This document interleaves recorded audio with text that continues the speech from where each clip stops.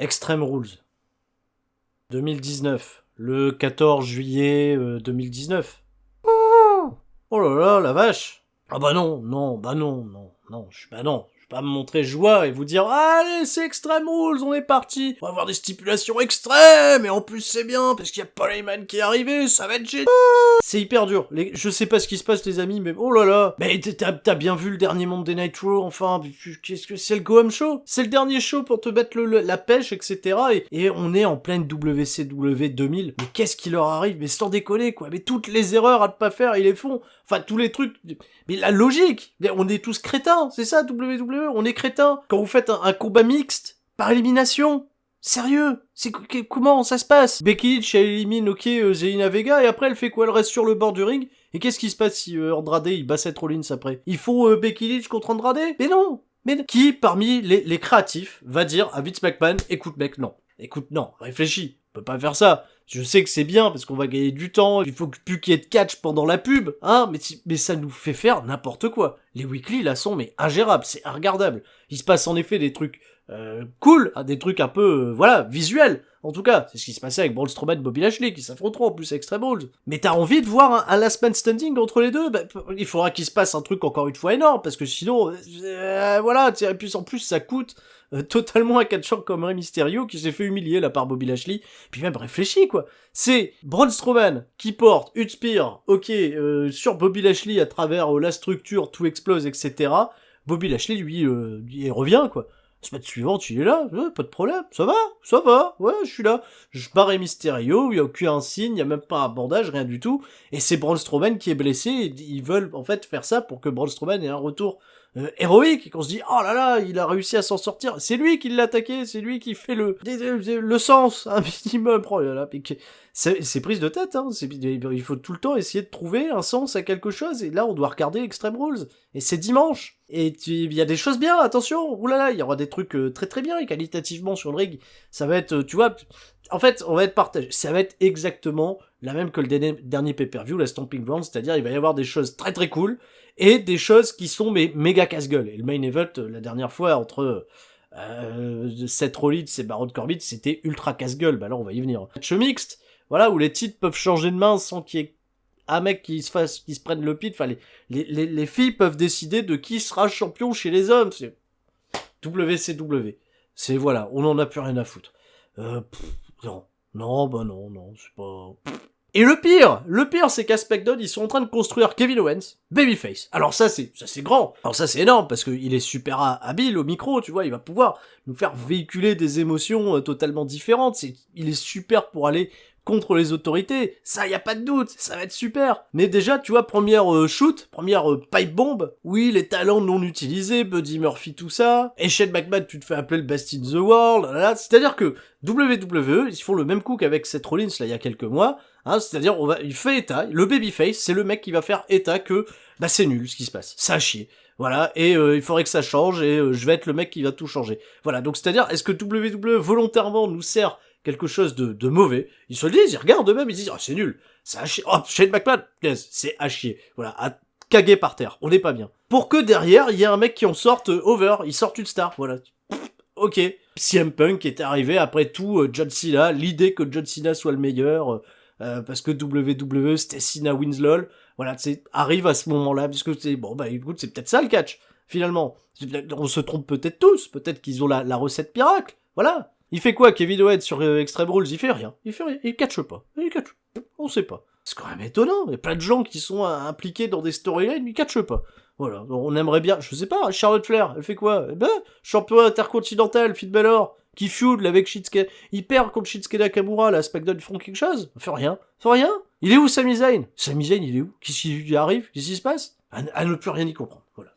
Ok, bon, on est parti, on va voir, on va prendre la carte, les amis. Extreme Rules. Qui a tapé à la porte d'Aleister Black? C'est Cesaro, figure-toi. C'est Cesaro. Bon, ok.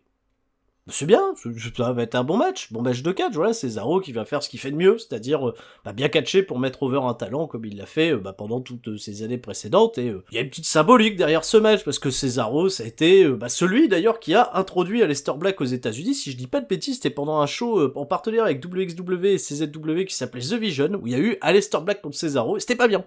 C'était pas un bon match du tout, non, c'est pas un bon souvenir de ce truc-là. Alors je sais pas s'ils ont eu l'occasion de se raffronter en 1 contre 1 dans le circuit plus tard, mais chez WWE, ils ont été un petit peu confrontés dans le cadre du programme où Ricochet faisait équipe avec Aleister Black et Cesaro avec Sheamus. Voilà, c'est tout.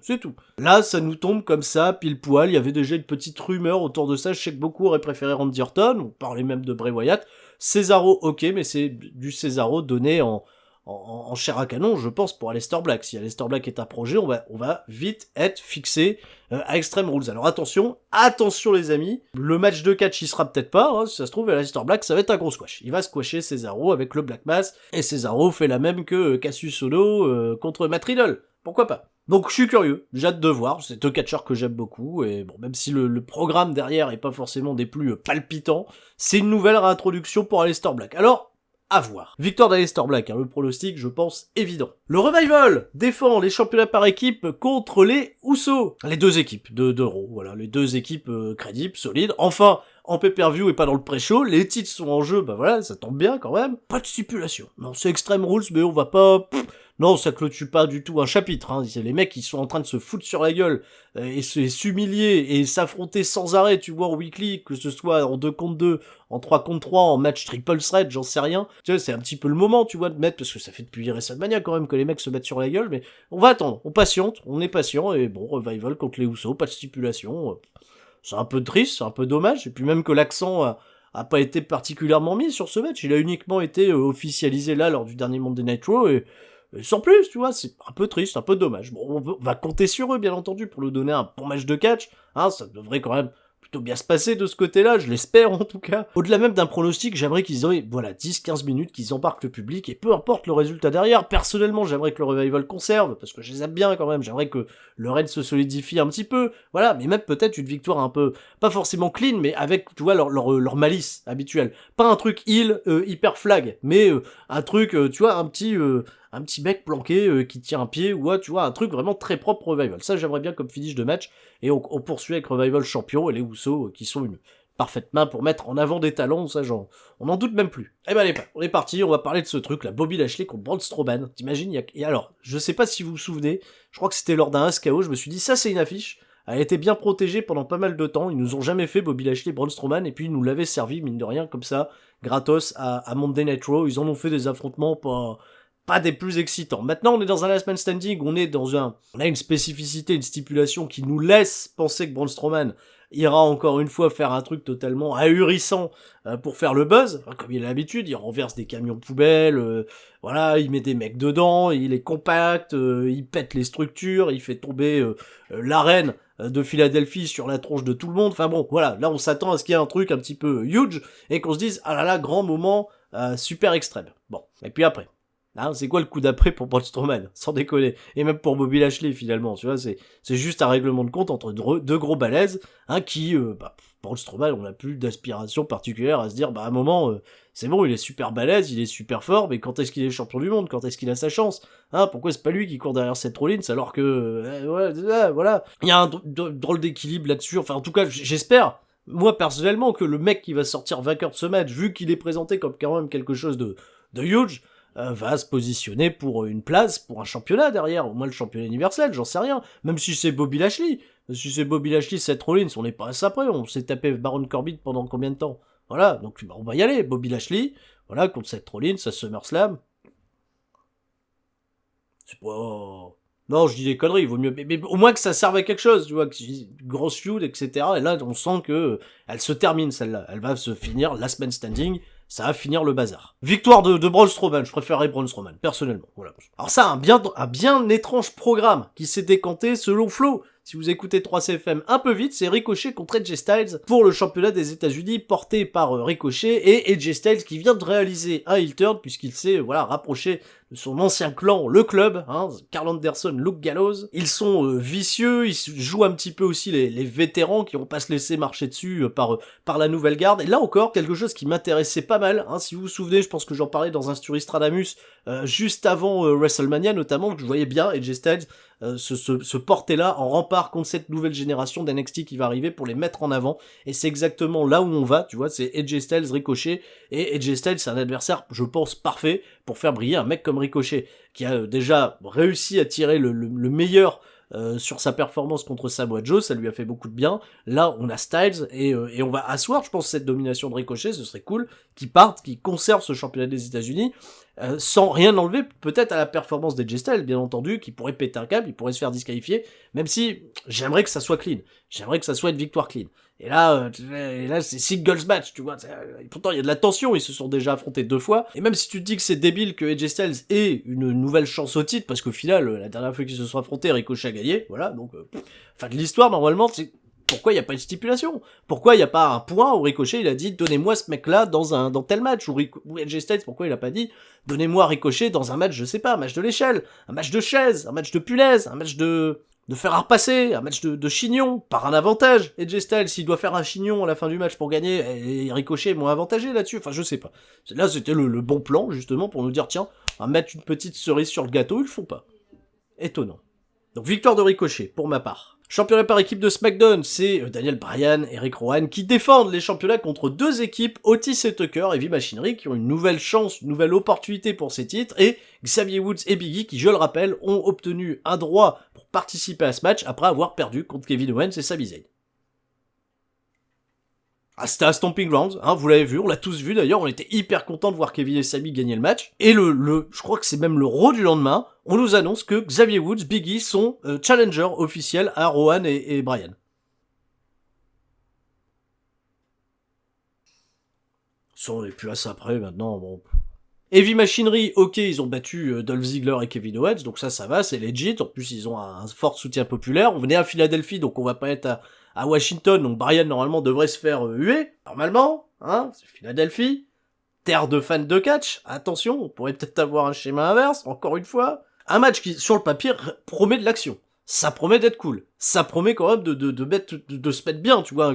Même, imagine, une petite confrontation entre Biggie et Otis, ils peuvent faire les cons, mais ils peuvent faire aussi les mecs un peu stock. Tout ce qu'on a vu pour l'instant autour de tous ces mecs-là dans le ring, c'est plutôt mené proprement. Il y a juste, voilà, les New Day, comment ils sont arrivés de Challenger qui mais on a quand même un contexte pour de l'action. Tu vois, Extreme Rules, 3 équipes. Ah, je sais, vous voulez tous, hein. Extreme Rules, 3 équipes.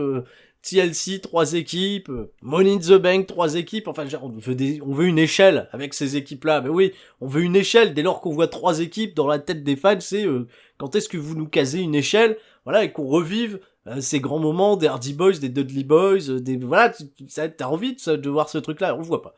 On l'a pas, c'est triple threat, comme ça, boum, clac, c'est pas très extrême, hein, pour l'instant, à part le last man standing, là, tout ce que je vous propose, y a pas de... Un bon match de catch, voilà, peut-être, allez, on l'espère, pour être cohérent avec leur projet, les très très bonnes promos de Daniel Bryan, une victoire de Bryan et de Rowan, voilà, pour conserver et être des champions vraiment très très forts du côté de SmackDown, pourquoi pas. Voir quelles nouvelles équipes tu peux ajouter dans la sauce, ça je sais pas encore, mais on trouvera. On trouvera une nouvelle opposition, peut-être quand Ali va faire son retour, on l'associera avec un autre babyface, on fera peut-être quelque chose de bien, tu vois. Ça peut continuer, ça peut se prolonger, et ça peut être intéressant à suivre. Prochain match handicap. Logique. Bon, on est plus à ça près. Bayley qui défend contre Nikki Cross et Alexa Bliss. Bayley, elle met en garde Nikki Cross en disant, ouais, Alexa Bliss, fais gaffe à elle est pas sûre, cette meuf, elle a déjà, fait du mal à Nia Jax, fait du mal à Dana Brooke, j'en sais plus les histoires, mais elle a fait du mal à plein de gens. Et elle se sert de toi, voilà, et puis d'ailleurs, c'est toi qui gagne les matchs pour elle, en plus, tu vois, donc il faudrait que tu te rends compte que même sur le ring, t'es meilleur qu'elle. Et Nikki Cross, elle se dit non, Alexa Bliss, punaise, à un moment, ça peut être une gentille fille, quoi, ça peut être une gentille personne, elle est gentille avec moi, et puis pour l'instant, de ce qu'on voit, on n'a pas vu Alexa Bliss, on peut le supposer peut-être parce qu'on est un peu habitué, tu vois, au fait qu'elle soit un peu filousse. Ça se dit filousse? Ça se dit où? Ça se dit nulle part en fait. C'est voilà, qu'elle est un peu elle peut. Il y a anguille sous roche. Mais dans les constructions, dans les weekly, à un moment, Bayley, elle s'est vénère, elle a dit à Nikki Cross, vas-y, viens, je t'affronte. Vas-y, t'es meilleur qu'elle, alors pourquoi c'est pas toi? Viens, on fait un match tout de suite. Le match t'es pas pour le titre, et Bayley a battu Nikki Cross en 3 minutes clean. Hop, on s'en fout. Tu vois, donc Nikki Cross, en fait, elle est... au fait, elle est sympa, elle chope des victoires un peu opportunistes pour Alexa Bliss, mais face au truc réel, face à Bayley, elle gagne pas. Tu vois, c'est pas possible. Bon. Et elle va remporter un Beat the Clock Challenge. Là encore, Beat the Clock Challenge. Réfléchis 2 secondes, hein. Bayley, elle a battu Sarah Logan en 4 minutes, et Nikki Cross, elle a battu, je sais plus qui, Dana Brooke en 3 minutes. Qu'est-ce qui se passe si Dana Brooke, elle bat Nikki Cross, et que Bayley, elle perd contre Sarah Logan? On fait pas de match? On ajoute Sarah Logan et Dana Brooke au match? Enfin, c'est très con comme idée, tu vois. Et puis là encore, tu te doutais bien qu'avec Bayley qui fait le premier score derrière, que Nikki Cross, elle va faire mieux. Alors c'est con parce que ça si tu bousilles une cartouche pour descendre encore un peu plus Dana Brooke et Sarah Logan, qu'on pourrait peut-être utiliser autrement. Après, je veux bien qu'il y ait il y a des personnes, il faut qu'elles perdent, et d'autres, il faut qu'elles gagnent.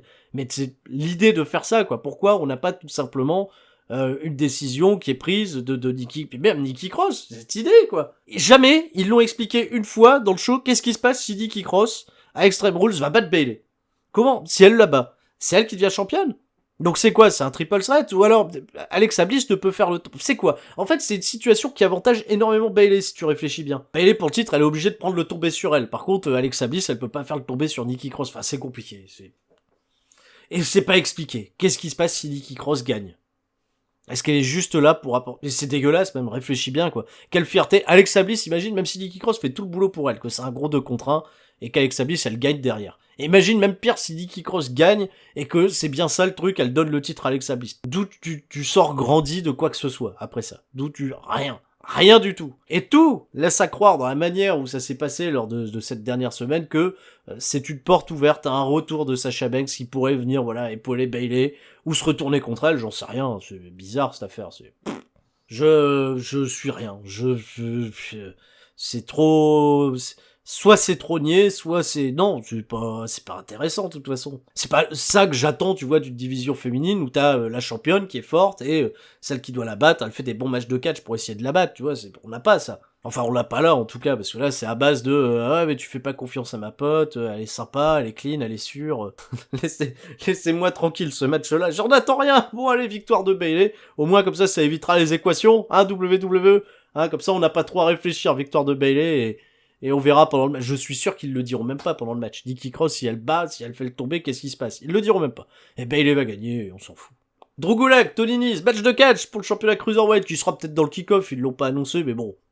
Allez, hein, on va supposer que c'est dans le kick-off cette affaire. Et ben voilà, on va consolider, hein. Ce serait bien consolider le championnat de Drew Gulak dans un très bon match de catch, hein, entre les deux cruiserweight. J'ai rien suivi de 205 Live, je suis désolé, ces dernières semaines, je suis totalement passé à côté. Mais Drew Gulak, j'en suis sûr, va sortir une très bonne performance de Tony Nese, et puis ça tombe bien, il y aura en plus le show Evolve la veille, qui va peut-être le propulser un peu plus. Je crois qu'il affronte Matt Riddle à Evolve, donc ça va, voilà, il va avoir un petit peu de ferveur de la part du public parce qu'il sortira, j'en suis sûr, d'une bonne performance qui en plus va être diffusée sur le WWE Network, donc c'est quelque part, c'est un peu un NXT Takeover avec des nouvelles têtes, mais qui rentrent pas dans le cadre d'NXT, mais bon, pas mal de superstars un peu cool. Drew Gulak, Tony Nese, victoire de Drew Gulak, voilà, bon match de catch, rien à dire. Kofi Kingston, Samoa Joe avec le championnat, bien sûr, de Kofi Kingston défendu, match simple là encore, mais il est où extrême ce pay-per-view, les petits trucs extrêmes? Oh, un match handicap, ça a rien d'extrême, enfin, Kofi Kingston, Samoa Joe, match normal, comme ça, allez hop, on fait du catch. La storyline est cool, ça va, le programme est sympa, la delivery des deux mecs est intéressante, ce qu'ils ont fait, que ce soit à Raw, à SmackDown, de toute façon on mélange tout maintenant, ça va, tu perçois quand même le truc.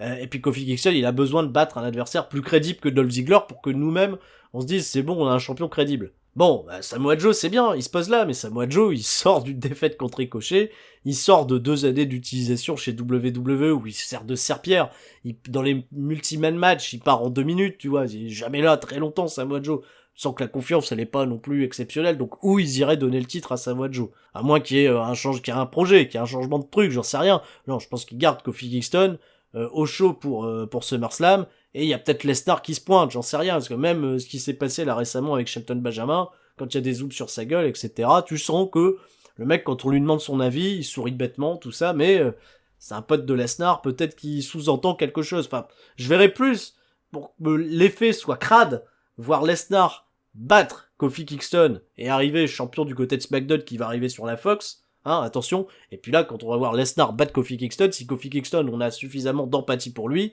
on sera dégoûté et ça mettra de la bonne rage. Sauf que là, Kofi Kingston, on n'a pas encore de fait suffisamment marquant pour se réinvestir derrière lui, comme on s'était réinvesti à l'époque de WrestleMania où il a battu Bryan. Depuis, Kofi Kingston, ok, il est là, il est gentil, il lance des pancakes, bon, ça s'arrête un peu là, quoi. Donc bon, victoire de Kingston, pour le crédibiliser plus, Samoa Joe, bah encore une fois, merci d'être venu, hein.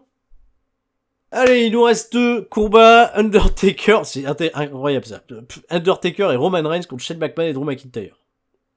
Undertaker, voilà, comme ça, c'est... Bah, Undertaker, tu me diras, alors c'est un no holds bar, donc tout peut arriver, tu vois, c'est un terrain propice justement pour faire de l'overbooking, ça c'est bon. Mais Undertaker, là où je vais pas trop me plaindre, c'est qu'il est utilisé comme j'aimerais qu'il soit utilisé s'il vient à être encore là, c'est-à-dire avec des stars actuelles, par affronter des légendes et des matchs qui ont l'air juste d'être des affiches prodigieuses, et au final, quand on voit ce qui se passe, on fait qu'est-ce que vous faites? Non, là, Taker, Roman Reigns en équipe, c'est étrange, c'est curieux. Shane McMahon, McIntyre, on comprend le délire, forcément, nouveau petit couple, hein, avec des intérêts, avec Drew McIntyre un peu réutilisé en Golden Boy Chosen One, et Shane McMahon, tu vois, qui se sent plus pissé, best in the world, là c'est un terrain propice encore pour que Kevin Owens peut-être se pointe à ce moment précis, et est-ce que ça va poser des problèmes avec des Roman Reigns d'Undertaker, enfin bref, je suis très curieux, et je suis, comme je dis, encore une fois, content de voir Undertaker, avec des superstars actuels. Bon, Shane McMahon, on sent que c'est un peu pour lui, tu vois, mais je suis quand même assez intrigué, très intrigué même. Alors j'aimerais, une bonne fois pour toutes, que Drew McIntyre ait un fait d'armes. Depuis WrestleMania, le mec, il bouffe, hein. Il bouffe à tout. Alors, il fait des promos, il dit, je suis un des mecs les plus menaçants, les plus grandes puissances de WWE, mais depuis WrestleMania, depuis avril, le mec, il pop tout. Pop toutes ses guerres, etc. Il y a que quand il y a, voilà, le dernier angle, là, oh la vache! Avec Cédric, tu l'as vu ça avec Gary? Shane McMahon et Drew McIntyre qui doivent trouver un partenaire à Roman Reigns, ils croisent un mec backstage qui fait le ménage, qui boite, et ils lui disent, on te file $5,000 si t'acceptes d'aller dans le ring, et il lui dit, tiens, tu vas mettre ce masque sur la tronche quand tu vas venir. Et là, t'es fan de catch, tu te dis, écoute, on me la fait pas à l'envers, le mec qui va arriver masqué, ça va pas être le mec à qui ils ont filé. Bah non, ça va être un autre, forcément. Écoute. Pourquoi ils lui ont filé un masque? Pourquoi le mec est pas venu lui-même avec un masque? Voilà, tu vois, pour de lui-même. Ou se dire, j'ai toujours rêvé, tu vois, d'être catcheur, j'ai un masque, ou une connerie du genre, sais rien. C'est très mauvais, tu sais pas, voilà. Et puis même, le but derrière, c'est que Roman Reigns, il a été au ring. Roman Reigns, il a fait une promo avant ça pour dire, les mecs ont pas de plan, moi j'ai toujours un plan, j'ai un cran d'avance sur eux. Pour finalement même pas savoir que ça va être Cédric Alexander qui va faire des cabrioles et qui va perdre en plus le match. Pour perdre en plus, direct, Roman Reigns, il vient pour perdre. C'est ça l'angle du go home show, du truc qui va impliquer Undertaker. Voilà. Voilà. Bon courage, hein, les mecs. Pour exciter un petit peu Philadelphie, ouf. Sur le papier, encore une fois, si tu fais abstraction tous les weekly, bon, bah, t'as ce match-là, qui est un peu original, c'est sûr. Et je vais encore croiser les doigts, j'espère que ça sera ça le main event, hein. Bon, pour la victoire de McIntyre en tout cas, mais quand je dis j'espère que ça sera ça le main event, parce que je vous ai gardé, je pense, la cerise sur le gâteau, le meilleur pour la fin, c'est Becky Lynch et Seth Rollins, le couple phare de WWE, incroyable, ils font Dirty Dancing en live event, etc. pour jouer sur leur chemistry, c'est quand même... Ils sont mignons, c'est mignon. Et ils affrontent Baron Corbin et Lacey Evans, qui sont, selon les rumeurs, hein, Vince McMahon, c'est le sex appeal. Lacey Evans, c'est The Lady, tu vois, Lacey Evans, pas de problème. Et Baron Corbin, c'est un modèle masculin, tu vois, après pour les dames. Donc, incroyable, hein, Baron Corbin. Moi, je l'aime bien, Baron Corbin, mais c'est pas sur cet aspect-là que je l'aime bien. Parce que je me dis, j'ai un peu tiep, tu vois, je me dis, putain, ce mec-là, on lui donne quand même les pires trucs à faire, hein, et il est encore digne. Il est encore la tête levée, etc. Il se mange de la merde sans arrêt dans son écriture de son personnage, dans tout. Voilà, c'est pas un mauvais catcheur, il mériterait mieux que ça, tu vois, une utilisation un peu plus décente, peut-être un peu plus bas dans la carte, si je suis d'accord avec vous, mais moi j'aime bien Baron Corbin parce que, voilà, je respecte en tant que catcheur, et quand j'entends partout que Baron Corbin c'est un catcheur horrible, etc., je suis tellement pas d'accord, parce que, mec, athlétiquement, il a quelque chose, il sait bien bouger dans le ring, écrit correctement, je suis sûr Baron Corbin, il serait peut-être au top de WWE. Mais bon, il a une réputation maintenant qu'il précède, c'est l'ultime yes man de WWE, il dit oui à tout. Voilà, il dit oui à tout, donc forcément Vince McMahon il fait toi, tu vas prendre part un match, hein, Baron, tu m'écoutes, Baron de Corbin, il écoute tout le temps, il est là, il écoute tout le temps. Toi, tu vas être dans un match où tu vas faire équipe avec Lacey Evans, et si vous gagnez, vous devenez champion, quoi. C'est facile. Lacey Evans, même si elle bat Becky Lynch, tu deviens champion. T'imagines le lendemain, champion universel qui se pointe, le mec fait historique, il a même pas fait de tomber, rien du tout, il a rien fait. Ça se trouve, il est même pas rentré dans le match. C'est un match mixte. Réfléchis. S'il y a pas de tag, il y a pas de tag. Lacey Evans, elle peut faire un match contre Becky Lynch, battre Becky Lynch, voilà. Et Baron Corbin, même sans catcher, peut devenir champion. Réfléchis à ça, à quel point c'est con quand même.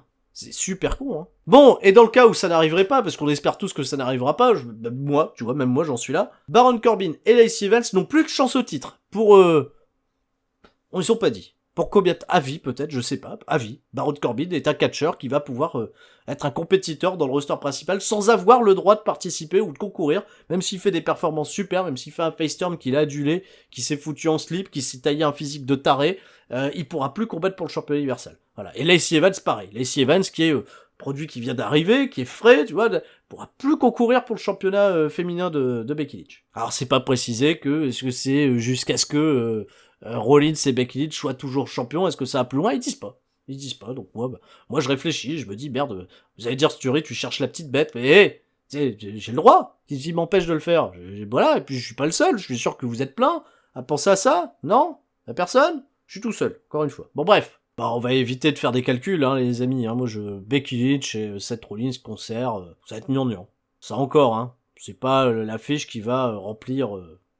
Bah d'ailleurs, ça remplit toujours pas, hein. Ah, ça remplit mal. Ça remplit très mal. C'est la situation, je pense, du catch aux États-Unis parce que même le J1 Climax, là, leur première date à Dallas, ils ont fait 5000 personnes. Ce qui est loin d'être déconnant, hein, c'est même un peu plus que le dernier pay-per-view WWE, tu me diras. Puis ils ont pas baissé la culotte pour baisser leur prix, ils ont même assuré de filmer des sièges vides, ils s'en battent les couilles, au moins ils sont droits dans leur botte. Puis il y a une super ambiance, d'ailleurs à Stomping Grounds, il y avait moins de monde, il y avait une super ambiance. D'ailleurs, à chaque fois on dit 205 Live, ce serait mieux si c'était produit dans la petite salle du Performance Center, là, pas celle-là. En Floride, là, l'université, le Full Sail, voilà, ce serait mieux, il y a moins de monde, mais c'est un peu plus confiné, et c'est propice à ce qu'il y ait une meilleure ambiance que la grande salle de SmackDown qui est en train de se vider. Pour catcher, moi, je suis sensible aux ambiances, voilà. Donc là, Philadelphie, même s'il y a moins de monde, je pense qu'on va avoir une bonne ambiance. Puis c'est Philadelphie, quand même. Voilà. Donc soit c'est bonne ambiance, ou soit ils vont boycotter le truc. Ils vont se dire à un moment, qu'est-ce que vous nous faites? Stop, on arrête. C'est quand même incroyable, quoi. Mais ils le font eux-mêmes, quoi. Kevin Owens, encore une fois, je le rappelle, le mec dit haut et fort, le show c'est pourri. Voilà, et les gens vont l'aimer pour ça. Parce que volontairement, le show est pourri. Dimanche, peut-être Super Kick-Off, c'est pas encore décidé, parce que je sais que Norbert est pas là, donc ça sera peut-être moi et Rabi, ça sera peut-être moi et moi. Ah voilà, donc, mais on va essayer de se voir dimanche, et la semaine prochaine, 3CFM, on débriefera tout ça, ça va être quand d'ailleurs, quand est-ce qu'on débriefe ça? Mercredi prochain, 20h, en compagnie de Flo et de Ludivine, on parlera bien entendu d'Extreme Rules, et des Raw et SmackDown qui ont suivi, voilà, comme ça on fait dans ce 3CFM, voilà, sur un rythme de 2 semaines, on fait un bon gros récap, hein. Puis il y a le G1 Climax aussi à côté, donc c'est sûr que quand tu vois des trucs qui font ouais, et que tu passes à Bayley qui défend contre Alexa Bliss et Nikki Cross, comprends rien à la stipulation c'est humain de penser ça, hein, je regarde du catch, donc c'est-à-dire c'est du temps que jaloux, est-ce que je vais regarder quand même, est-ce que je vais choisir, hein, pour des combats dans un ring avec des cordes, on n'a pas le droit de comparer WWE New Japan, je peux quand même comparer le temps que je passe à essayer de me divertir, et à essayer aussi de vous donner envie de regarder du catch. Alors je devrais faire ça, je vais faire un Sturistradamus du G1 Climax, même si ça a commencé, je vais le faire, on va le faire quand même. Je vous fais des bisous, je vous dis à la prochaine. C'était Stury. Mais bon, ça sera la fête nationale, etc. Vous allez voir un beau feu d'artifice, et derrière, feu d'artifice encore, avec Becky Lynch et Seth Rollins. Ciao, bye bye.